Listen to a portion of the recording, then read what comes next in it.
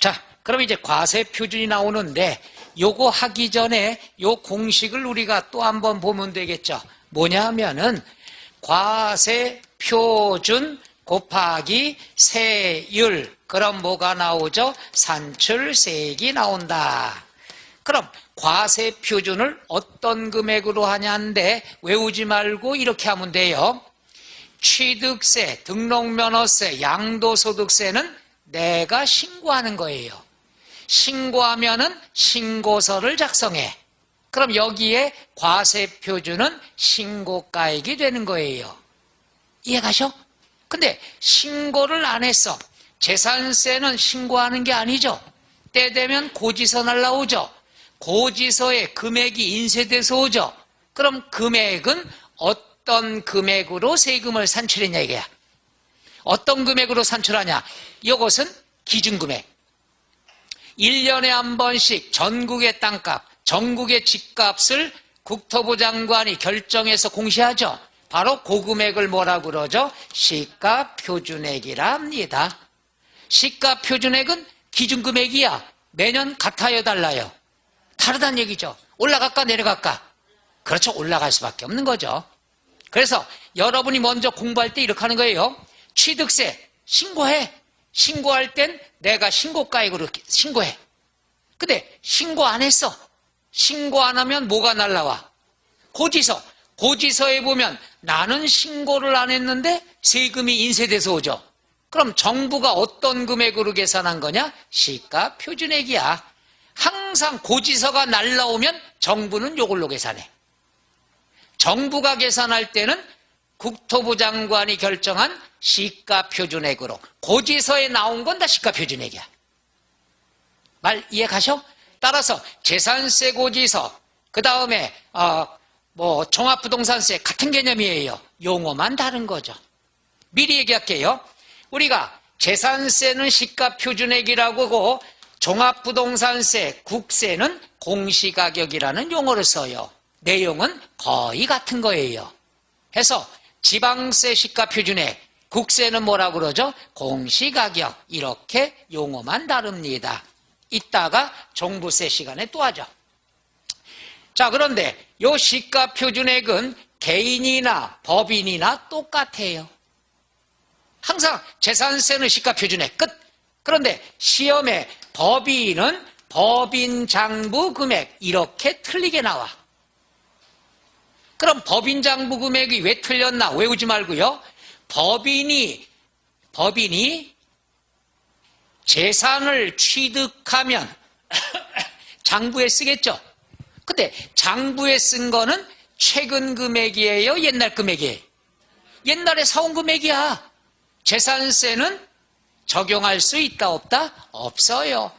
따라서 개인이나 법인이나 장부는 인정 안 해. 장부 건 옛날 금액이니까. 해서 최근에 시가표준액을 반영한다.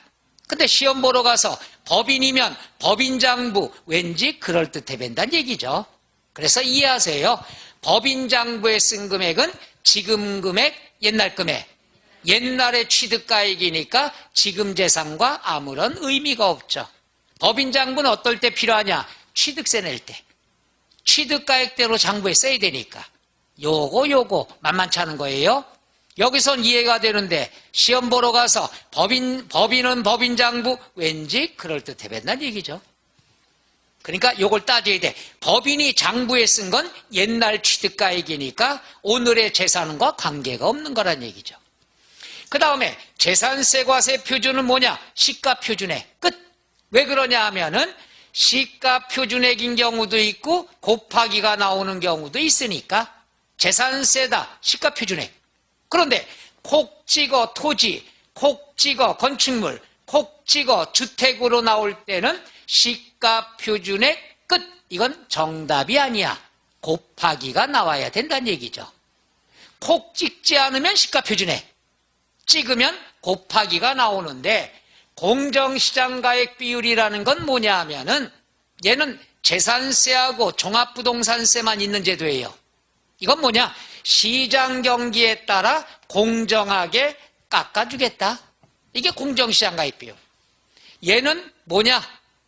재산세 내던 사람이 종합부동산세도 부담하게 되니까 이중부담이죠.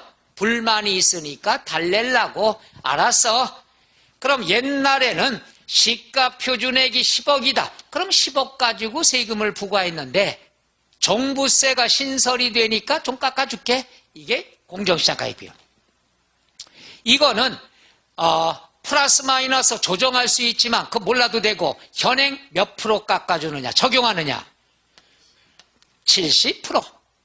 그러면 10억에 대해서 70%니까 과세표준 얼마 되는 거죠? 7억. 얼마 깎아주는 거죠? 30% 깎아주는 거야.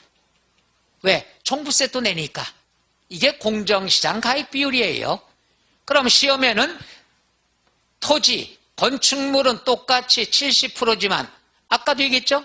땅 중에 농지, 주택은 세법상 혜택을 준다고 그랬죠? 10% 깎아. 몇 프로? 60%가 됩니다. 끝. 이게 다야. 그러나 선박과 항공기는 깎아주는 제도가 있다 없다? 없다가 되죠. 그럼 여기에서 주택이 요즘 들어와서 많이 나오죠. 작년에도 요거 출제됐습니다. 뭐라고 나왔냐? 주택의 과세 표준은 시가 표준액 곱하기 60%다. 맞아요? 틀려요? 틀려요. 맞아요. 큰일 날 뻔했어. 맞아요. 맞는 지문으로 나왔고 그 다음에 이게 3년 전인가요?